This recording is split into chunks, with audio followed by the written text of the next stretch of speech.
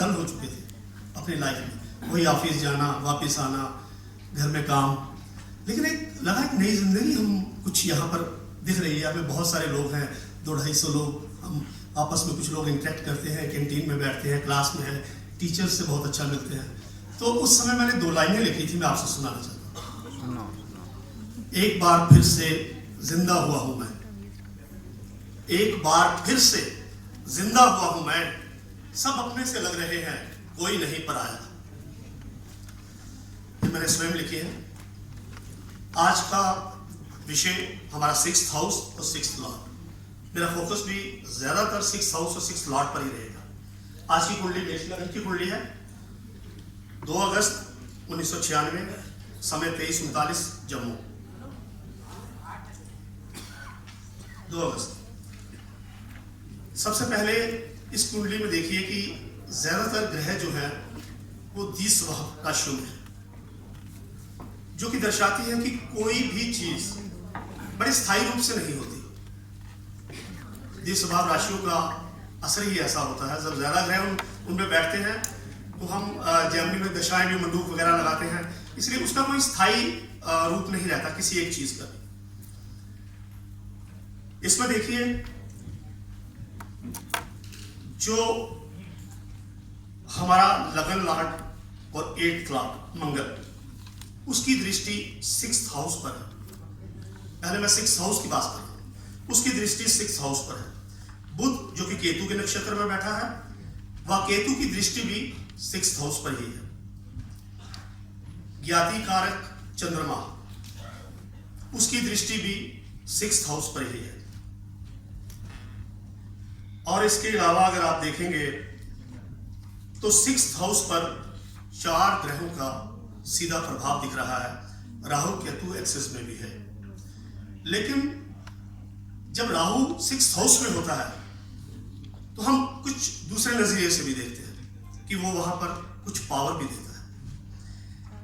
जातक को जब शनि में बृहस्पति की दशा चल रही थी 23/2/2013 से 5/9/2015 में, उस समय कुछ ऐसी प्रॉब्लम हुई जो दिखाई नहीं दी।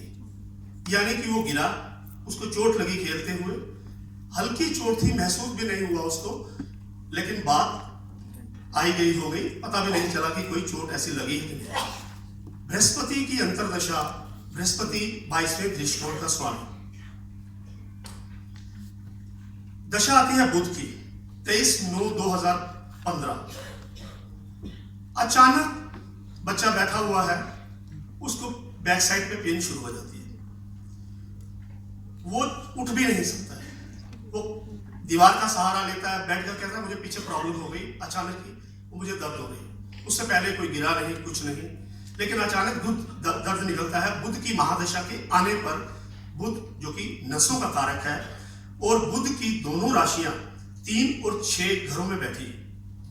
तीसरे घर में मिथुन, छठे घर में कन्या राशि है, और बुध स्वयं इन्हीं की राशियों के बीच में बैठा हुआ है।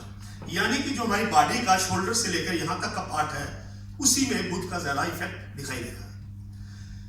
बुध की समय पर दशा आने पर एक समय अचानक उसको दर्द निकला, और वो दर्द, अब देखिए बुध यहां पर 6th लॉर्ड है। 6th लॉर्ड पंचम घर में बैठा है। पंचम घर में वैसे बुध को तो बहुत अच्छा माना जाता है, अपने मित्र की ही राशि में है, लेकिन उसने नुकसान भी दिया।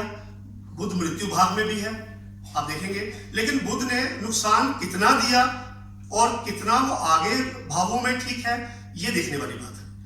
यहां D9 में बुध की स्थिति इंप्रूव होती है। बुध अपनी ही राशि में आता है, लगन लॉर्ड भी बनता है, और बुध पर एक बार फिर से कोई बुरा प्रभाव नहीं है। यहां पर 6th हाउस पर देखेंगे हम तो 6th हाउस की जैसे बात कर रहा था, वहां पर मंगल की भी दृष्टि है और शनि की भी दृष्टि है। राहु केतु एक्सेस में भी है। बच्चे का कोई मामा भी नहीं है। 6th हाउस से मामा को भी देखते हैं, बच्चे का कोई मामा भी नहीं है। दूसरी बात ये कि 6th लॉर्ड जो है, 6th लॉर्ड में बुध जो है वो हम देखेंगे 6th लॉर्ड होकर पाप कर्त्री में बैठा हुआ है, इसलिए प्रॉब्लम उसने दी भी। 6th जो लॉर्ड है, 6th हाउस की जो प्रॉब्लम थी, 6th लॉर्ड बन के उसने वो प्रॉब्लम दी भी।